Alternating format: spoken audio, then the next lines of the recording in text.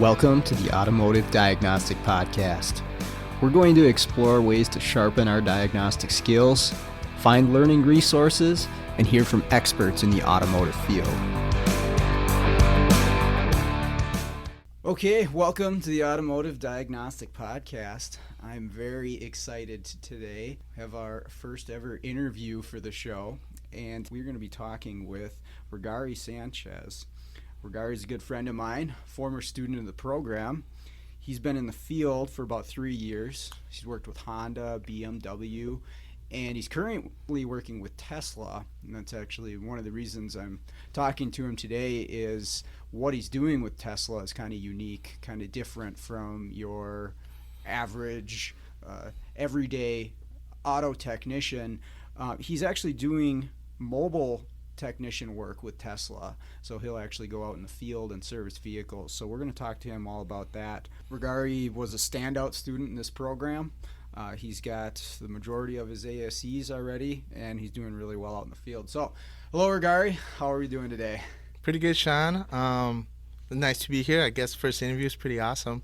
Yeah. This is going to be exciting. We'll see if I know what I'm doing as far as interviewing someone goes. Why don't we just start off with just give me a quick rundown, just brief of what you're doing with Tesla. We mentioned it's mobile work, but what does that look like? Kind of like an everyday thing. What are you doing with that? So with Tesla, it was originally called the Ranger program. And then that got put on hold for a little bit. I wasn't there during that time, but then it got reintroduced as Tesla Mobile Service, which that's my current position, and it's pretty basic. Our vehicles don't require 70% of the repairs don't require a lift, so you could do everything on ground. So they just decided to, more convenience for the customer and have something that, as far as I know, no manufacturer ever does or has done, is have a mobile service fleet. And that's what I do. I go fix customer vehicles at homes, workplaces. Pretty much anywhere they want, I'll be going to their location. Okay. Yeah, how far is your range? Because you're based out of the Twin Cities. How far will you go to a customer's home or place of work in order to service a vehicle? As we're technically called Minneapolis Mobile Service, but we range whole Minnesota, part of the west side of Wisconsin, and a little bit of Canada. I haven't done any Canada routes, but yeah, if it needs to be, that's where we'll be heading over there. Okay. Do they have dealerships up there? There's just right now there's two, the one in Eden Prairie and the one just opened up here in Maplewood. But other than that, no, it's just two here, and up there there's nothing. If you want a vehicle, you order it online, and then it'll get delivered to your house, like a package or something. Okay, wow. So do you think part of the reason that they're doing the mobile service is because the small amount of dealerships, they can't handle the workload, or what is the reason that they decided to do the mobile? Or is it just customer convenience? Definitely customer convenience, and I think with Tesla, they're always trying to be innovative, and this is definitely one of those things that you're trying to stand out, and what's the thing? Let's do mobile. Yeah. And customers love it. Who doesn't? Who wouldn't want to have the vehicle service at home, and you don't have to take time off your day to run to the dealer for a basic thing that'll take 10 minutes. Okay. So, and you'll go to either their house or their place of work. Does the customer have to be present when you're there to do the service? No, that's the very neat thing about it. I've been in service repair visits where I don't even interact with the customer. Oh, really? I get there, I do what I got to do, and once I'm done, I close my final notes, and I'm out of there. I don't even have to talk to them, or they see me, so that's like the greatest part of it. Okay. That's the part that they love it. I've heard the saying when the best customer experience is having no customer experience. Okay. So, do you think other brands are eventually going to switch to something like this? Like, do you see a Chevrolet dealership having a mobile tech that goes out and services your Chevy pickup, or is That's this something only Tesla can do because of the type of vehicle they have? I could I mean, as far as you well know that other manufacturers are going to do electric vehicles. I mean, Yeah, it's yeah. soon. I mean, whether you like it or not, they're coming, and there's already some here, so it's just going to get bigger. I definitely do think if they're trying to keep up with competition, they're going to have to do maybe something along the ways of that. Do I see with regular combustion engine vehicles? I mean, sure. I mean, you've been in the field. There's some stuff that you don't need lift, Right. a little bit, little sensor, whatever the case is. You don't need a lift. You can still do it off the ground or whatever. Sure. So I could definitely see it.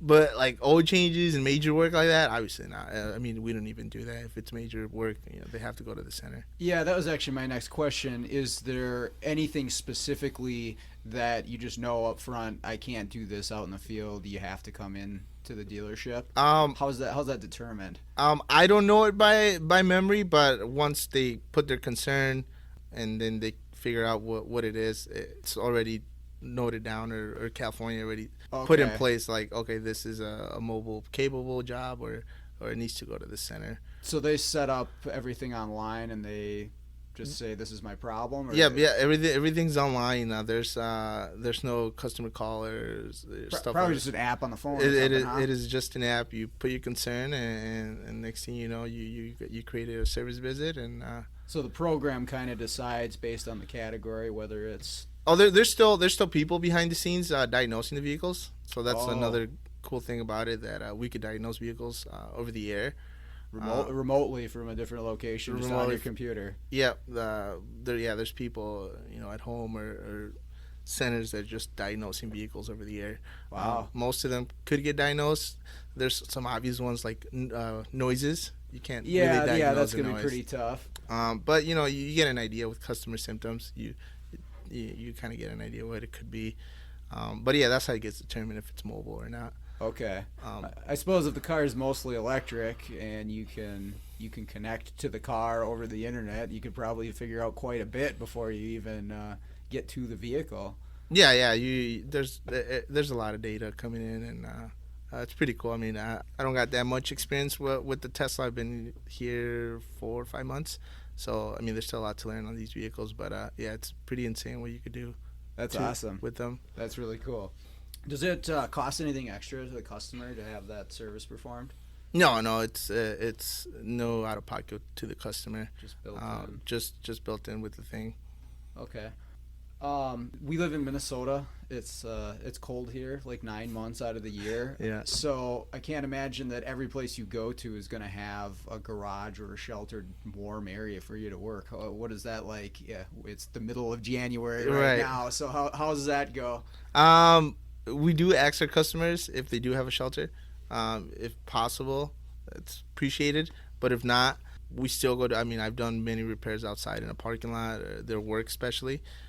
You just, I guess, take it day by day. There's obviously some days that you just can't do it outside. Sure. It's too cold, or maybe the service repair requires to be a little bit of heat. And you can't do it outside. So, but most of the time, you'll be fine. We'll be fine. I'll be doing them outside if need be. It sucks at times, but yeah. It comes with the job. So, yeah, but I'll be looking forward for the summer though, because I've always was interested in working on cars outside in the summer. Okay. That's I used to work construction, and I love working outside. So I'm looking forward for this. Yeah, you get that nice 70-degree day. That's a nice gig there, just hanging out outside, working on some Teslas. Is it all schedule based, or do you do any type of like emergency call?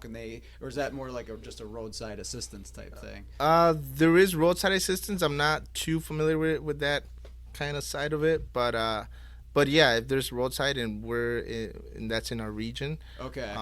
Yeah, we go over there. I haven't been on one, but my teammates have, and it's nothing like if they get a 12 at night thing, we go over. It's kind of okay. We'll go over first thing in the morning or something like that. Okay. It's nothing like at 3 in the morning kind of deal. But they do have roadside for minor, tire stuff, kind of like any other manufacturer. Sure. So as far as your daily schedule goes, do you just pop on to your website and you have your schedule laid out for you, or are you going to decide the jobs that you're going to every day? No, I get them assigned to me. Okay. We still have an advisor. We still kind of work as like a traditional dealer. I mean, you got your tech, your advisor, your manager. Okay. But everybody is.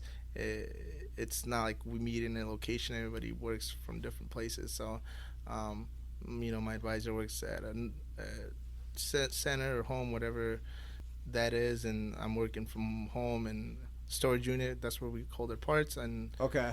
But yeah, I mean, I get them assigned by my service advisor, Gotcha. which I still have. So I've definitely experienced this because I do some mobile work, not exactly the same things that you're doing, but you get to a job and something you don't expect something to happen. You run into an issue, a problem, something breaks, you get the wrong part, something like that, and so that's going to disrupt your schedule. How do you handle that if you run into that, like the 3 jobs after? How's that look for you? That definitely sucks. I haven't. When I was Honda, BMW, I think the worst fear was breaking a bolt. And I think for us, I'm not scared. I'm not afraid of breaking a bolt. I'm afraid if our software kind of goes haywire. Oh, okay. And maybe that's lose what your internet connection or something. Connectivity or the software or the computer in the vehicle starts acting funny, and that's when you start getting scared. Like, oh man, I'm gonna be stuck here a while. Yeah. Trying to fix that. I think, but yeah, if there's scheduled the time. At the very least, I haven't happened to me, but trying to make the car drivable, which it's not like an engine. Like, oh, we can't put it back. Right. You're never messing with the drive unit. Okay. But yeah, you just, if you're out of time or whatever the case is, they're just gonna have to go to the service center or another mobile visit. It does suck, and it gets you get delayed on the next ones. Yeah. But yeah, it doesn't happen too often. But when it does, yeah, you just gotta improvise just and deal with it. Yeah, you gotta deal with it, and you just let the customer know. Something happened. Yep. We'll just be back next time, or you need to go to the service center. Right. Get it checked out. All right. Awesome. Back to what you were mentioning about the internet. So do you use like a mobile hotspot, or how are you connected while you're we got hotspot for our computer. Definitely the best tool or most important tool is the laptop. Okay. Without the laptop, it's kind of worthless. Okay. Sure, you could work on them, but there's a lot of repairs that require connectivity and packages and stuff. So yeah, without the laptop, you can't even get through your day too. That's where all your info's at. So okay. So yeah, with that, the hotspot and the laptop are a must at this job, and connectivity. Yeah, if you run into any like remote areas where you got no reception. Yeah, you definitely got to to prepare for those. There's some stuff that you could do ahead of time, preload software packages and stuff like that. But yeah, you just trying to get ready for your next day, your day, whatever, ahead of time, because you definitely don't want to get there and you don't know what the heck you're getting yourself into. Yeah, if you got an hour drive and then you can't connect to anything. Yeah, I've been in those situations. Yeah, they're not the fun, but I also use my phone. If I need to connect a hotspot through my phone, I'll do that to save me. So as far as repairs go, what would you say the majority of what you do is? I mean, is it mostly software updates, or is it actual physical repairs, noises? What's the majority of your days look like? Most of them are removing hardware or parts, but it does come. Most of them, like I said, comes with a software update. Okay. Or redeploying the same one. It's not. I mean, trim work, sure, you can just put it in, but a lot of electronic components, they're not plug and play.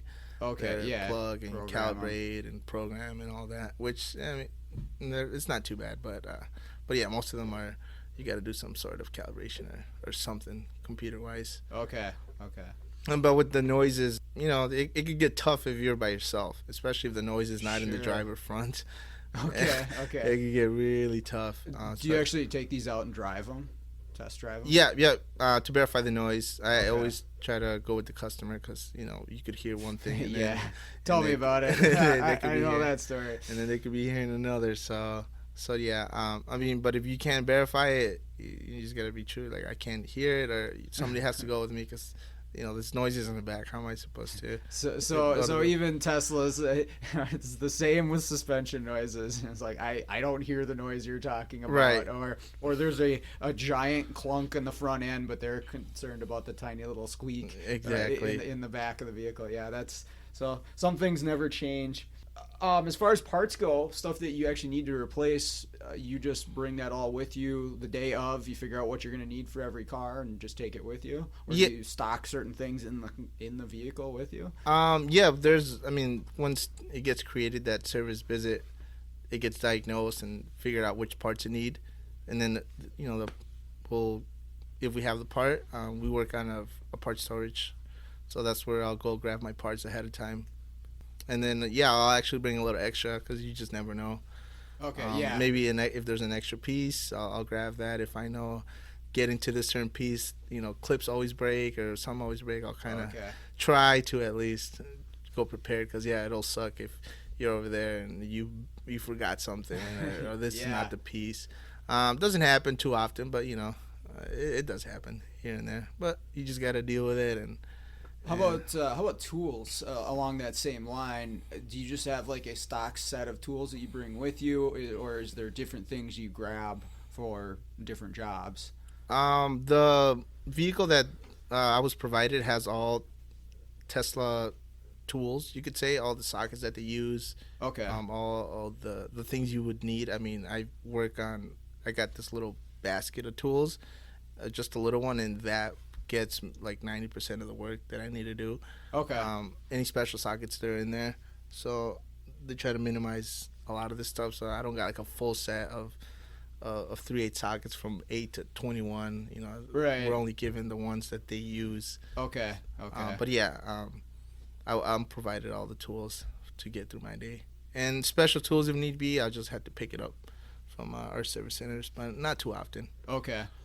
Back on a small note, the vehicle that you were given, I thought this was just a little bit humorous. But tell me what kind of vehicle it is that you drive for servicing Teslas. Right now, got a Ford Transit. Driving that around, I get that a lot, but with especially being our region and we got to do some long drives. Yeah. Having an electric vehicle and our infrastructure, especially up here, is not the greatest. So I mean, going up to Brainerd or Duluth, Sure. Makes sense to have a gas. you just need to have a gas to get it on through your day. But I mean, out in the metro, we got a couple Model S's in our fleet. Oh, okay. And those, I mean, in metro or around here, it'll be fine. That's all you need. Sure. I suppose those have enough room for all the parts and tools, just like a Transit would, huh? Yeah, it's amazing how they configured everything to put everything on a van to the Model S.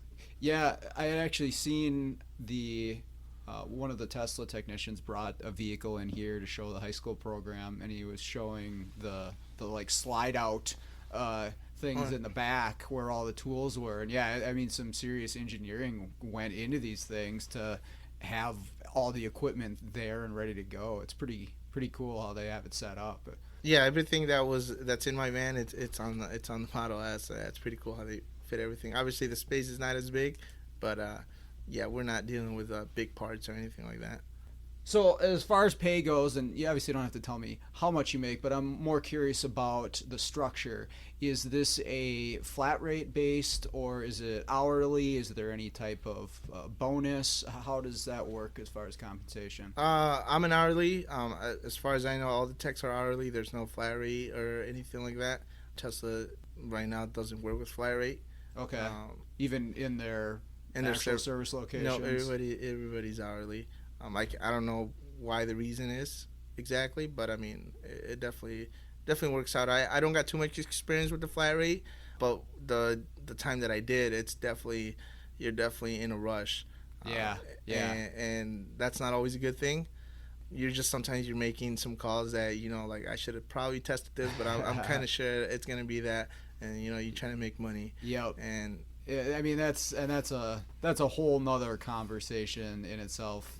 The issues with flat rates, and I made a lot of money with flat rate over the years, but as a whole, I don't think it's the greatest system for the industry, and I think that's why It's one of the reasons why it's tough to get young people into this, because Oh, for sure. flat rate is a struggle when you are first starting out. That is very difficult to thrive and make the money that you need to. Yeah, especially the new guys. The BMW was it was a flat rate shop.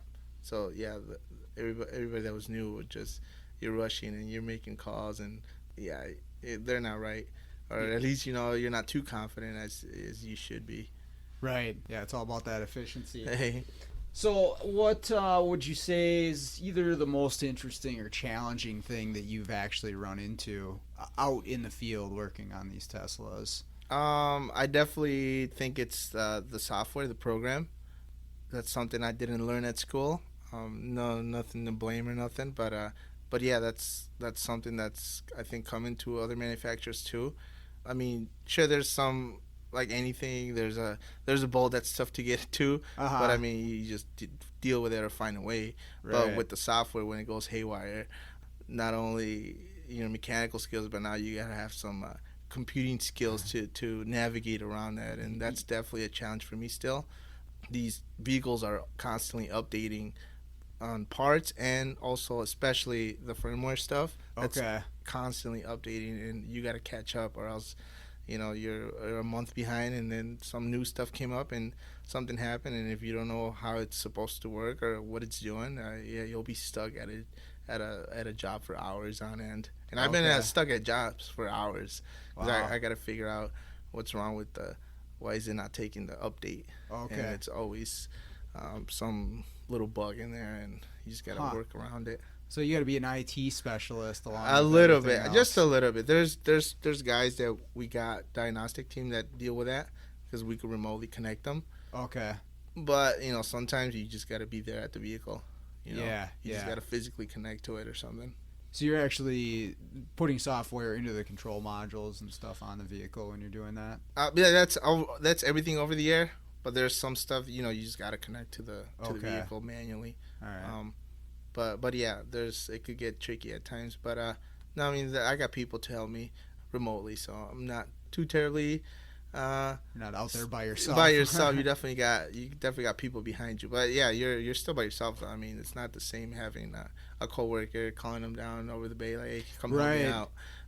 You're by yourself. Sure, you could call somebody, but it's not the same. Yeah, they're not standing there. They're not standing there. I'll check that, or I'll help you hold this. Like, no, you're by yourself. Okay. And it's challenging at times. Okay.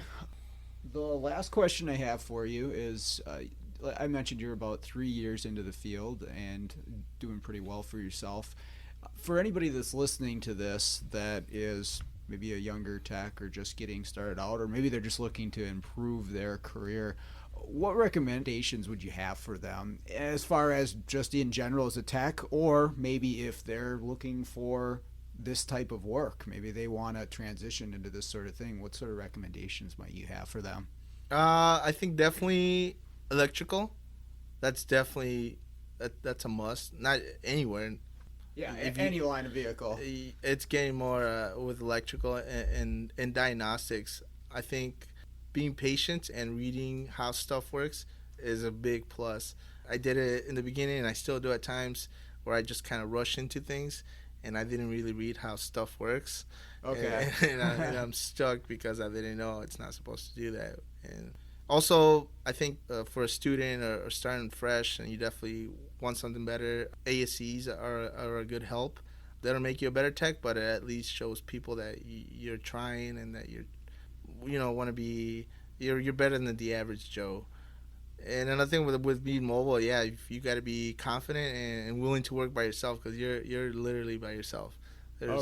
So there's some people that need that always, which no shame getting help, but it's not, like I said, it's not the same being by yourself. Sure. And if you're not confident too with mobile, like I said, you're by yourself. You're making a lot of the calls. Yeah.